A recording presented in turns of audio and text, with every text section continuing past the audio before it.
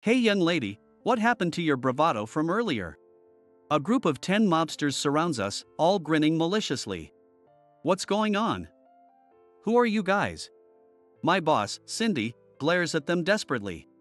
However, the mobsters remain unfazed. In fact, they seem to be enjoying the sight of the beautiful Cindy looking frightened. I had been keeping quiet to avoid making things worse. But I can't just stand by when Cindy is involved. Cindy, leave the rest to me. What? Joe? Confused, Cindy watched as I stepped forward to protect her from the men. What's wrong, bro? Just keep shivering in fear like before. The closest mobster taunts me with a sneer.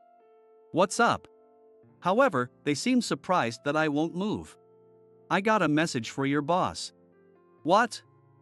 What are you talking about? Tell him that Joe has something to say. Are you okay, Joe? My name is Joe, I'm 34 years old. I work as an SP. Mainly assigned to VIP protection. That day, I was guarding the chairman of a certain company. I had heard that the area's largest mafia, the Anderson Group, was targeting him.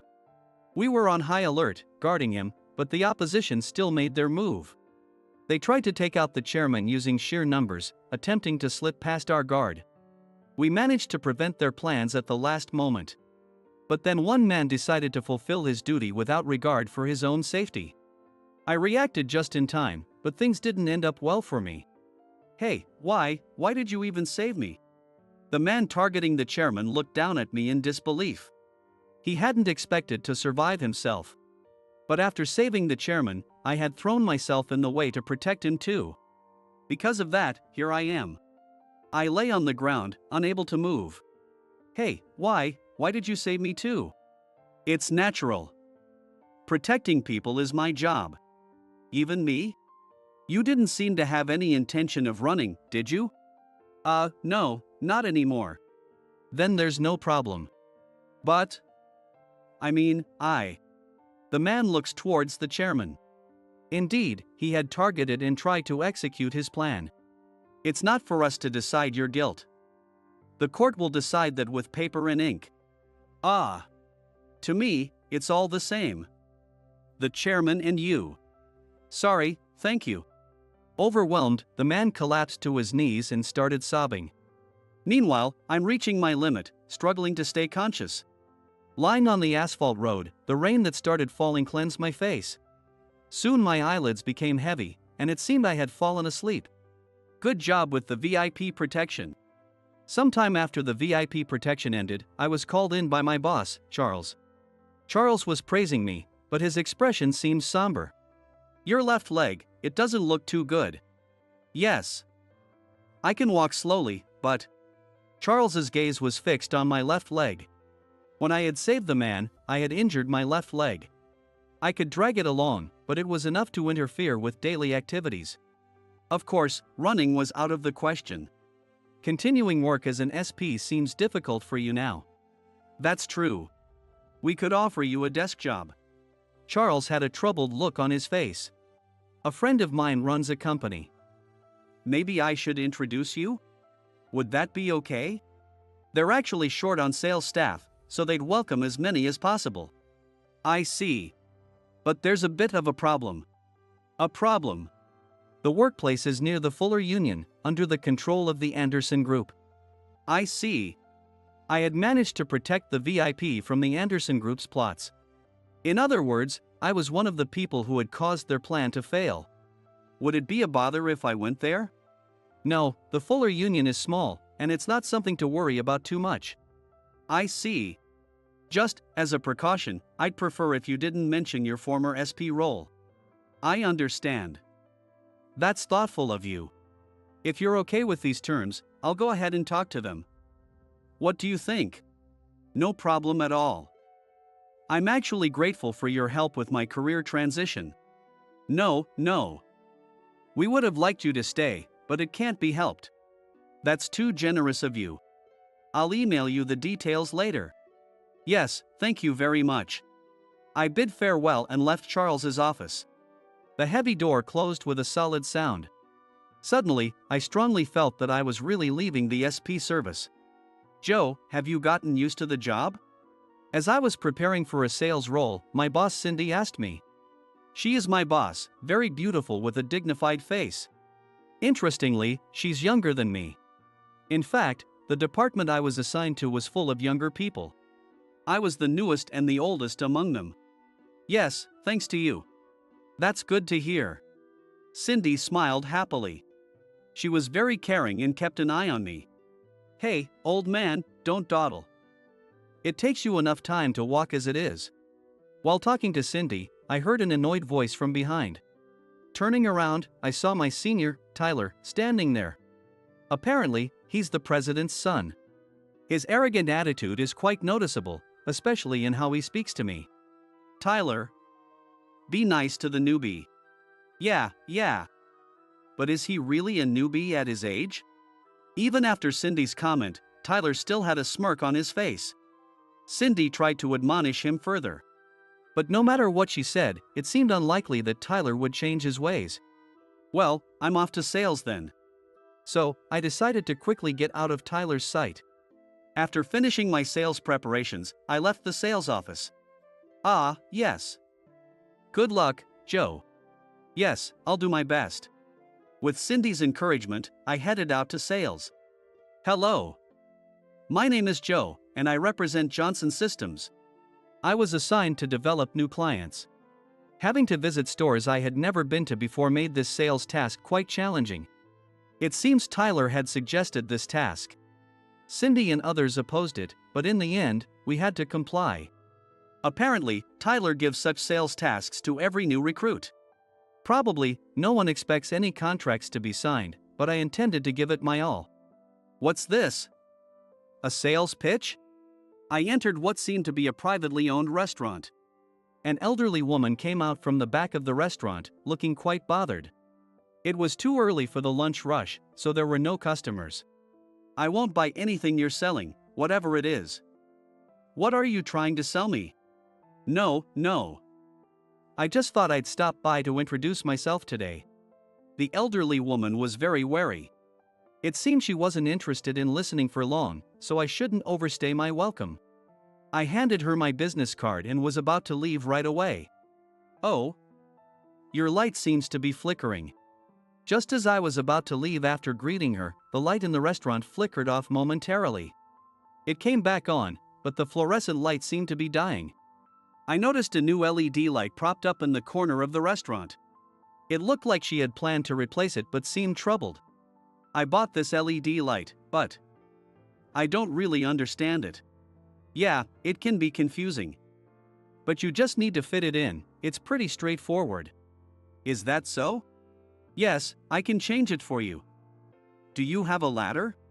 It's around the back of the restaurant. Are you sure? Helping people is my job. What's that now? The elderly woman chuckled amusingly. But, you're nice without being pretentious. Thank you. Seeing her, I could tell her legs weren't in the best shape. Thus, climbing a ladder to change the light would be a difficult task for her. Having bad legs myself, I could understand. Of course, changing a fluorescent light isn't hard, but the anxiety of not being able to do certain things doesn't change. I'm back. After walking around all day for sales, I returned to the office in the evening. Well, looks like you had no success today. Tyler said with a smirk as I put away my sales bag at my desk. No, actually I managed to find about 3 prospective clients. What, really? Tyler was surprised by my response. I had gotten along with the elderly woman, Jessica, and she agreed to sign a contract. She also introduced me to some acquaintances, and I managed to get 2 more interested parties. I had given them the product information and promised to return later to finalize the contracts. That's impressive, Joe. Well done, Cindy complimented sincerely. I think I just got lucky. Even so, that's quite impressive, especially since it's almost your first time going out for sales alone. Cindy praised me earnestly. Having never had such a type of boss in the SP service, I felt slightly awkward yet warmed by her kindness. Don't get cocky just because Cindy is nice to you. Tyler whispered coldly. I'll keep improving. And don't get the wrong idea just because Cindy is beautiful. What do you mean by the wrong idea? Don't start getting any romantic ideas," Tyler said sternly before walking away. Cindy hadn't heard our conversation and looked at us curiously. "Cindy, I'll ask about these prospects." "You must be busy, right? Is that so?" "Okay then, Joe, please report the prospects to Tyler." "Sure. I've been called by Director Paul, so I'll go see what he wants," Cindy said with a smile and waved as she left the sales office. "So, who are these prospects? Or is this just your misunderstanding?" Once Cindy was gone, Tyler's demeanor openly shifted. "No. I'll explain with a map." I spread out a map of the area and explained the prospects to Tyler. He listened with apparent dissatisfaction. I regretted explaining so carefully to such an unappreciative Tyler. "What do you mean?" The next day, while I was at work, Cindy said something unbelievable.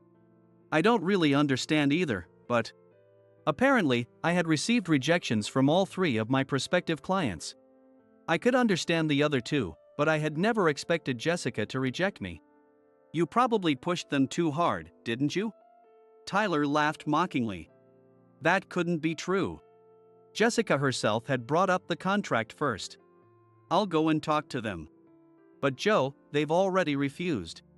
"Hey, don't make it a complaint visit. I really just want to talk to them a little." "Okay. But don't worry too much if it doesn't work out." Cindy's kind words felt empty now. With my sales bag in hand, I rushed to Jessica's place. "Jessica." "What happened?" I arrived at Jessica's restaurant. With a sense of foreboding, I opened the door. "Joe?" "I'm sorry." Inside, Jessica was sitting on a chair, looking drained. My instincts, honed from years in the SP service, whispered that something was amiss. "Please, don't apologize. It seems I have caused you trouble." "Joe?" Jessica looked surprised as I spoke. "If there's something you can't say, that's okay. Please don't worry about it. You really are a good person," Jessica murmured, managing a troubled smile. "I should be going then." After saying goodbye to Jessica, I stepped outside the restaurant. That's when I noticed 3 men waiting for me. "Are you Joe?" One of the men, wearing sunglasses, twisted his mouth as he spoke. "Yes, that's me." These men clearly weren't ordinary civilians. My long-standing instincts were screaming it. "We're from the Anderson Group." "Ever heard of us?" "The Anderson Group? Aren't you with the Fuller Union?" "What's this, guy? You're pretty particular, huh?" The man clearly became annoyed. "Do you guys have business with a simple salesperson like me?" "Hey man, it seems you've been making quite a name for yourself around here, haven't you?" "I didn't intend to." "What you intend doesn't matter to us." The man moved closer, clearly irritated. "If you keep up this weird sales act, can you really expect to stay safe?" "Indeed." It's likely that these guys had done something to Jessica and the others. That's why Jessica and her contacts withdrew their promises to make deals with me. "You guys are really kind, worrying about my safety." "Huh? That you worry about my safety first, when it's you who are going to be in trouble."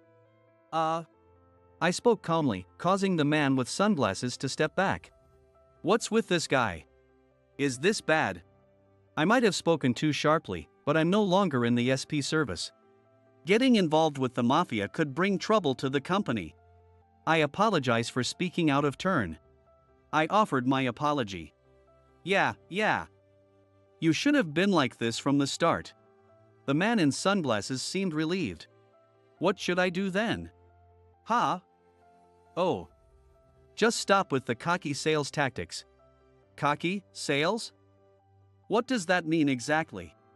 "Huh? You think you're the customer or something? Don't ask for explanations for everything." "Understood. Perhaps it would be best to keep a low profile for now. Anyway, we'll be watching you. Keep that in mind." "Yes." The 3 men walked away. To think the Anderson Group would come into play now. I thought it was a good start, but it seems I'm in for quite a struggle. "Come on, Joe. You're not doing well at all." Tyler's disparaging voice echoed in the sales office. "Yes. I'm sorry. Some time had passed since my encounter with the three men from the Anderson group. I continued my sales efforts, but nothing was going well. I was always interfered with by the mafia. I wasn't sure of the exact reasons for the interference, but it's most likely related to my former job. I had thwarted a scheme by the Anderson group. It's natural to think they are retaliating because they're angry about that. Still, it doesn't seem like those guys know I used to be in the SP service. Perhaps they're just following orders from someone higher up. Either way, it was a tough situation. But Joe is still new, right? Cindy tried to soothe Tyler. Cindy is too kind. But when I was new, I had already secured contracts at the same stage. Tyler scoffed. And yet he hasn't secured a single one yet. But Joe is dealing with new clients, that's difficult, right? Even so. Tyler seemed stubbornly unconvinced. I'm sorry. I will try harder. I apologized to stop the two from heating up further. Joe? That's right, keep at it. Yes. Well, I'm going home then. Satisfied with my apology, Tyler left. Everyone else had gone home at the usual time, leaving just Cindy and me. Joe, do you have some time after this? Yes, I'm free. I thought she might want to stay and look for more prospects. But it seemed I was mistaken. Then, how about we go for dinner, just the two of us? Cindy said with a mischievous smile. The place I'm taking you to is one of my favorite places. Cindy led me to a retro and popular local pub. It was busy and loved by the locals. Thank you. It has a great atmosphere. Right? Is there anything specific you'd like to eat? Could we have some fried chicken? And I'd like to try whatever you recommend. Okay. Fried chicken it is. I'll order the rest for us. Thank you very much. Cindy called the waiter over and ordered in a familiar manner, clearly indicating it was indeed her regular place. The atmosphere was casual, confirming that she really was a frequent visitor here. Do you like fried chicken? Embarrassingly enough. There's nothing embarrassing about that. I like it too. Cindy seemed more relaxed than usual. Is sales tough? Well, it's challenging. I see, that makes sense. Cindy sighed heavily. I really want to stop making newbies do new client development. Is that so? Yeah. But Tyler insists it's better that way. It seems so. Tyler established that tradition, and because of it, hardly any newcomers stick around. That made sense. Indeed, developing new clients is among the toughest challenges. Being assigned such a task might be why many newcomers don't last. In that regard, I think you're doing great by identifying prospects and working hard. Thank you. But about closing deals. You're almost there, don't worry about it. You're kind. Am I? Really? Cindy seemed a bit embarrassed. Anyway, don't stress too much about it. If you're stuck, there's always the option to transfer to another department. Thank you for your consideration. Cindy's thoughtfulness warmed my heart. I wanted to live up to her expectations. However, my failure to close deals was mainly due to interference from the Anderson group. Dealing with that would be crucial to continue in sales. Transfer to another department, huh? That might be a viable option. Sorry for talking all about work. Let's eat, come on. As I pondered, the dishes arrived. Cindy cheerfully encouraged me to try the food. It looks delicious. Right. Eat up, it's my treat. Thank you very much. Let's enjoy. Every dish recommended by Cindy was truly delicious. I had been on edge for a while, but I felt like I was finally having a good time after a long time. Cindy, thank you for the meal. Not at all. Want to go to another place? But isn't it quite late? Is it? After finishing our meal at the casual pub, Cindy and I walked through the night city. The night was deepening, and the time for the last train was approaching. While office workers were preparing to go home, some people seemed to be just starting their night. Brother, you seem to be having fun. You are. Just off the busy street, someone suddenly called out to me. Turning around, I saw a group of men wearing sunglasses who claimed to be from the Anderson group. Just ignoring the trouble we cause and continuing to work here, huh? I haven't been interfering with you guys, have I? Huh? We just don't like you, that's all. The men exchanged looks and laughed among themselves. Joe, do you know these people? Cindy asked, sounding alarmed. No, they are people we should avoid. Oh. Harsh, bro. We've been keeping an eye on your sales and all. You're just causing trouble. Oh? Us, trouble? The men feigned innocence, laughing it off. Interfering with sales, you say we're a disturbance? Cindy? I thought it was strange. The way those prospects turned us down. Cindy, perhaps getting heated up, stepped toward the men. You've been interfering with Joe's work? What's the meaning of this? Aren't you a spirited lady? Explain yourselves. Explanation? Don't get cocky just because you're pretty. The men ogled Cindy, smirking obscenely. Looks like all the boys will have a pretty lady to deal with now. One of the men signaled to others. Then, a group of men with a mafia-like demeanor started to gather. Easily numbering around 10. What's going on? Cindy, stay behind me. I shielded a frightened Cindy behind me. Hey young lady, what happened to that boldness from earlier? What do you mean? Who are you guys? There were 10 of them. With my injured leg, there was little I could do. It would be difficult to escape with Cindy. Cindy, leave the rest to me. What? Joe? At this point, there was only one course of action left for me. I got a message for your boss. Huh? What's that? Tell him that Joe has something to say. Huh? What are you talking about? The man with sunglasses was confused. Joe? You mean that Joe? However, some of the men behind him began to tremble upon hearing my name. Hey, this is bad. We need to contact the boss right away. The mafia members started making frantic phone calls. Who are you, exactly? Cindy stared at me, wide-eyed and puzzled. Hey Joe. Are you done with those pointless sales trips? The next morning, Cindy, Tyler, and I were the only ones left in the sales office. Tyler continued to provoke me, but Cindy reprimanded him. Joe is staying behind, and you should stay behind too. Why is that? Tyler asked. Because we're expecting a visitor, Cindy replied. A visitor? Yes, someone you know, apparently. Cindy explained the situation, and Tyler tilted his head, apparently puzzled by the mention of a visitor. It seems he couldn't quite grasp the implication. Truth be told, neither Cindy nor I fully understood either. After I had identified myself, there had been significant turmoil on their side. Eventually, we were informed that they would come today to settle matters. And they specifically requested that Tyler be present too. Cindy might have been scared but maintained a brave front. I knew I would need to protect her if anything happened. They're here. Cindy murmured while looking out the window. Outside, a fleet of luxury cars had pulled up. What is this? Tyler muttered, sounding scared. Many people from the Anderson group entered our office. The person they referred to as Big Brother stood before us. I'm Mike.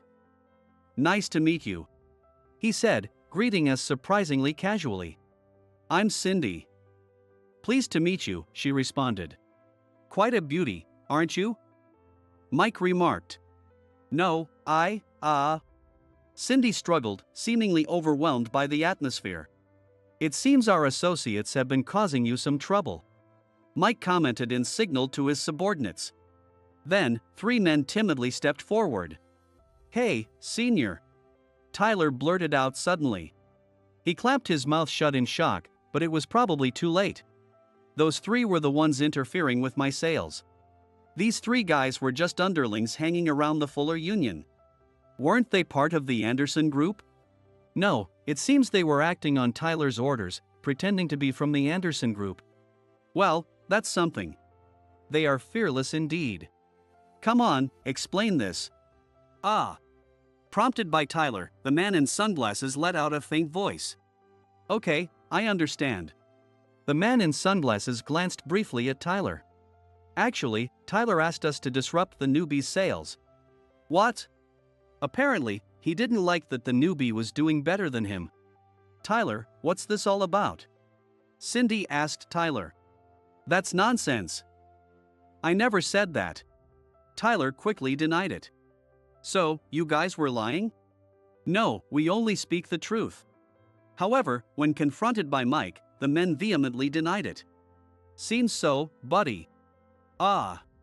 Stared down by Mike, Tyler was at a loss for words. We also have a reputation to uphold. Can't let anyone slander our name. I didn't say anything about using the Anderson name. You're the client, right? Can't play dumb with us? Shall we bring them in? As Mike signaled, several men approached Tyler. Help! Tyler cowered under the men's pressure. Wait a minute. What is it, Joe? Joe? I found myself unexpectedly standing in front of Tyler. Please, no rough stuff. Why not? This guy was messing with you. It's my job to protect people. You're not in the SP service anymore, are you? It's not about the job, it's about what needs to be done. I see. Mike narrowed his eyes. He seemed to be sizing me up. Ha. Just as I heard, you really are that kind of person. After a moment of silence, Mike began to laugh. Indeed, you are the one who saved our young boss. Young boss? He's the one who caused the injury to Joe's left leg. Indeed. It must be about the person I last helped. I didn't know because he was hospitalized, but to think he was the young boss of the Anderson Group. Well, I can't forgive the failed plan. Is that so? Separately, I won't forget the favor you did by saving our young boss. Is he doing well? He's been deeply impressed by you and is working diligently. Mike gave a faint smile. Well, that aside. What is it? Just, we can't let it slide when someone uses our name without permission. Well, I understand that. Should we say it's a matter of trademark? Asking for compensation makes sense, right? That's true. Realizing the fairness of the argument, I stepped away from Tyler. Tyler looked at me with frightened eyes, but I couldn't interfere with something that was logically sound. So Tyler, for using the name, let's say. Mike stood in front of Tyler, looking down on him. We'll knock it down to about $500 million. What? Of course. That's what our name value would cost. That's impossible. I can't. Tyler began to cry and fell to his knees on the floor. Joe. Help me. Listen, buddy. Mike peered into Tyler's eyes. You harass others and then have the gall to say that? That's, well. If you can't pay, maybe we should replace that spine of yours in the Pacific. That's too much. It seemed Tyler realized that anything he said would be futile. He continued to cry like a child. In the end, to pay the demanded amount, Tyler set off for the Pacific. By now, he's probably facing the rough seas, fishing. He seems to be having a tough time, but that's probably for the best. However, Tyler's father is quite angry about the situation. Retirement is inevitable, and he's considering suing for damages. It's understandable, given that Tyler hired the mafia to interfere with business. Even if he returns safely from the sea, it seems Tyler's hardships will continue. As for the men with sunglasses, I don't know much, but they seem not to be safe. That's a matter between mafias, so I couldn't ask too deeply. Meanwhile, my job was going smoothly. I renegotiated contracts with Jessica and even got referred to new clients. The number of new clients has increased significantly, and I even received an award from the company. Wow, Joe, congratulations. Today, I'm out drinking to celebrate the award with Cindy. Thank you. It's all thanks to everyone's cooperation. Oh, come on, it wouldn't have been such a success without you, Joe. No. And I hear you're about to get a big promotion. Yes, thankfully. I might be overtaken by you soon. Not at all. Ahaha. Cindy laughed cheerfully, taking my hand. Come on, let's go to the second bar. Sounds good. Let's go. Living in this town with these people. My second life seems like it's going to be pretty good.